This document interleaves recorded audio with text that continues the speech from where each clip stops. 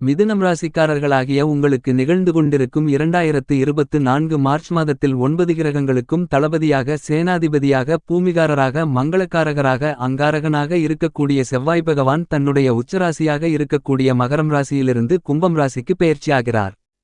கும்பராசியில் ஏற்கனவே பயணித்துக் கொண்டிருக்கக்கூடிய கிரகங்களிலேயே மிகவும் வலிமை வாய்ந்த கிரகமான ஜீவனகாரகரான கர்மகாரகரான நீதிகாரகரான சனி பகவானுடன் இணைந்து பயணிக்கிறார்.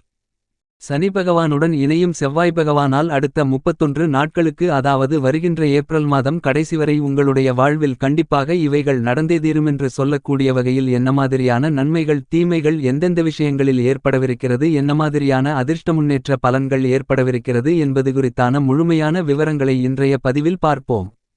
உங்களுக்கு 30 ஆண்டுகளுக்குப் பிறகு ஆட்சிபலம் பெற்று சஞ்சரிக்கக்கூடிய சனி பகவானுடன் இணையக்கூடிய செவ்வாயின் அமைப்பானது உங்களுக்கு எப்படிப்பட்ட முன்னேற்ற அதிர்ஷ்ட வாய்ப்புகளை உருவாக்கி கொடுக்கிறது என்பதை பார்க்கலாம் வாருங்கள்.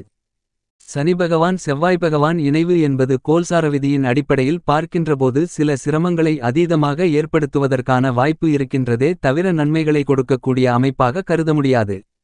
ஏனெனில் நவகிரகங்களிலேயே மிகவும் முக்கியமானவராக கருதக்கூடிய கிரகம் சனி பகவான். நீதி தவறாத நடுநிலை தவறாத நீதிமானாக நியாயஸ்தராக செயல்படக்கூடியவர் சனி பகவான்.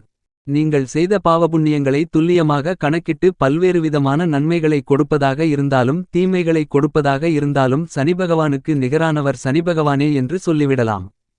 அதேபோன்றுதான் மிக வலிமை வாய்ந்தவராக கருதப்படுகிறார். கிரகங்களுக்கெல்லாம் சேனாதிபதியாகவும் தளபதியாகவும் பூமிகாரராகவும் மங்களக்காரராகவும் அங்காரகனாகவும் இருக்கக்கூடிய செவ்வாய் பகவான். எந்தவிதமான சுப நிகழ்வுகளென்றாலும் செவ்வாய் பகவானின் ஆதிக்கமில்லாமல் கண்டிப்பாக நடப்பதற்கான சாத்தியக்கூறுகள் இருக்காது என்பதை தெளிவாக துல்லியமாக செவ்வாய் பகவான் உறுதி செய்கிறார். அதிலும் திருமணம் போன்ற பல்வேறு நிகழ்வுகள் நடைபெற வேண்டுமென்றால் கண்டிப்பாக செவ்வாயின் பங்களிப்பு மிக முக்கியமான ஒன்றாக கருதப்படுகிறது என்பது மட்டுமில்லாமல் புதிதாக வீடு நிலம் தோப்பு தோட்டம் சொத்து பொன் பொருள் ஆடை ஆபரணங்கள் வண்டிவாகனங்கள் வீட்டுக்கு தேவையான பொருள்கள் போன்ற அசையும் அசையா சொத்துக்களை வாங்குவதோ அல்லது புதிய வீடு கட்டுவதோ புதிய வீடு வாங்குவதோ மேலும் நிலம் சம்பந்தப்பட்ட பணிகளும் வீரமிக்க பணிகளாக இருக்கக்கூடிய இடங்களில் செவ்வாய் பகவானின் ஆதிக்கம் அதீதமாக உண்டு.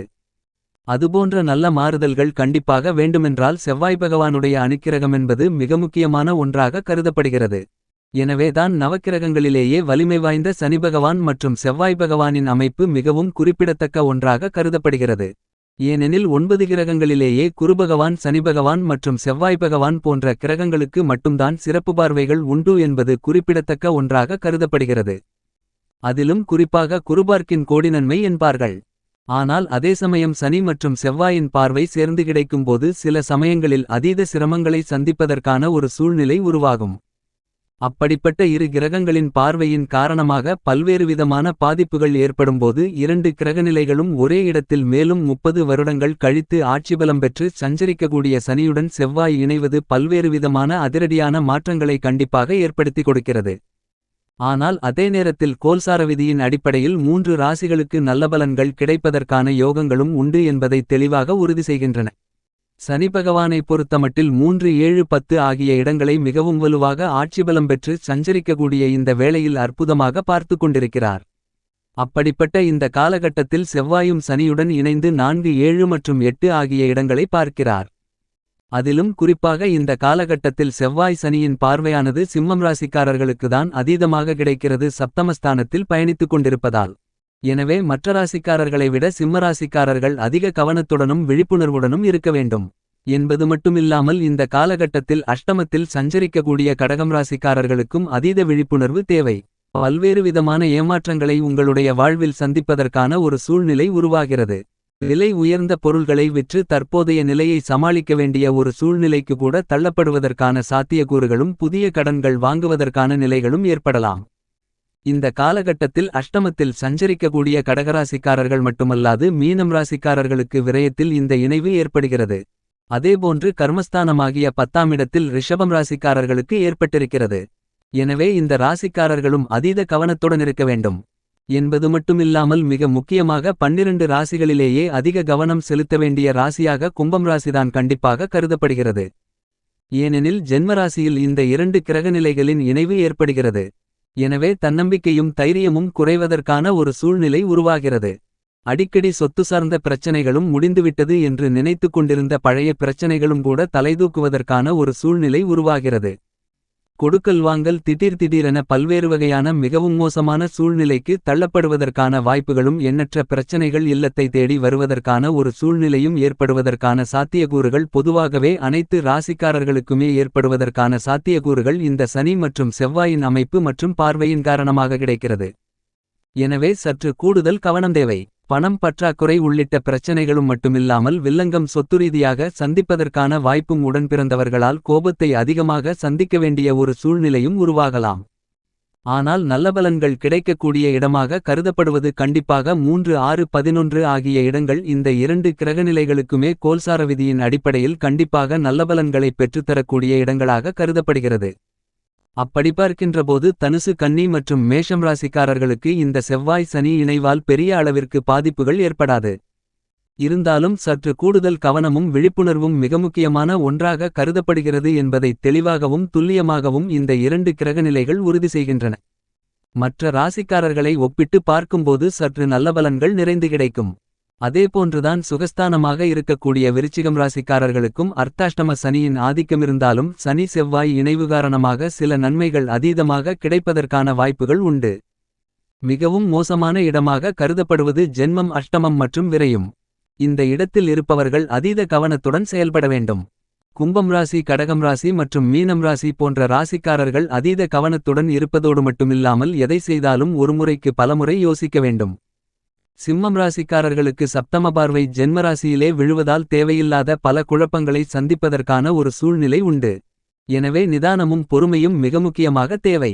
இப்படி சஞ்சார அமைப்பு மற்றும் பார்வைகள் காரணமாக பல்வேறு விதமான முரண்பாடான பலன்களை கொடுக்கக்கூடிய ஒரு கிரக சேர்க்கையாக இருந்தாலும் கூட சனியின் பார்வையில் செவ்வாய் கண்டிப்பாக பகை கிரகமாக கருதப்படுகிறது.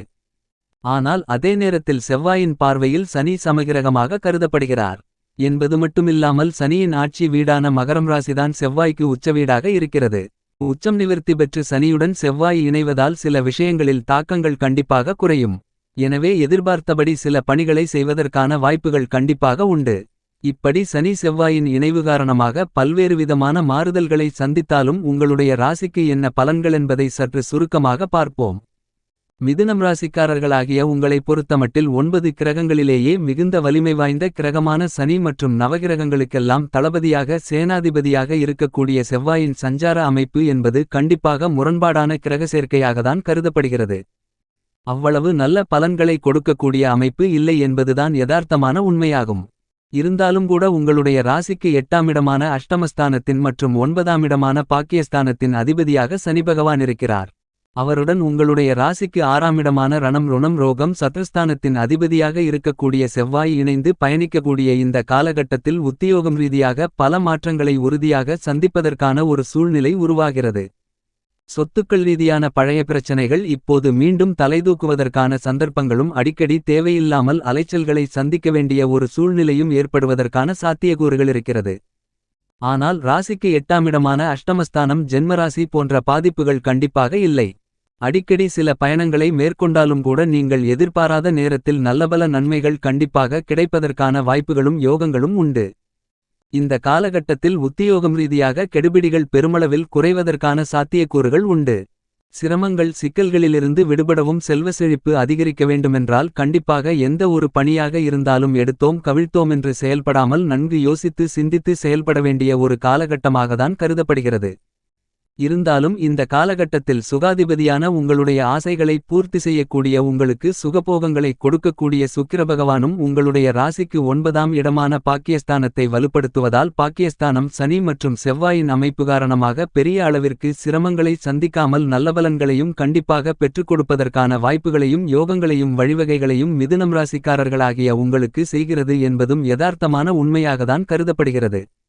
எனவே தொழில் வியாபாரத்தில் சற்று விழிப்புணர்வுடன் இருந்தால் இந்த காலகட்டத்தில் ஏற்படக்கூடிய சங்கடங்களை சிரமங்களை சிக்கல்களை கண்டிப்பாக தவிர்க்கலாம்.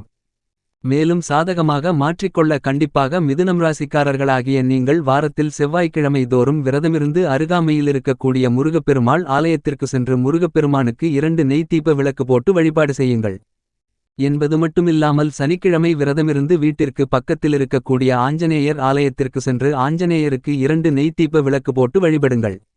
மேலும் அருகாமையில் இருக்கக்கூடிய நவகிரக சந்நிதிக்கு சென்று நவகிரகங்களுக்கு 2 நல்லெண்ணெய் தீப விளக்கு போட்டு வழிபடுங்கள். இவ்வாறான வழிபாடுகளை மேற்கொள்வதன் மூலமாக நீங்கள் எதிர்பார்க்கக்கூடிய நல்லபல அதிர்ஷ்ட முன்னேற்ற பலன்கள் கண்டிப்பாக உங்களுடைய வாழ்வில் இனிதாக கிடைக்குமென்பதில் சந்தேகமில்லை.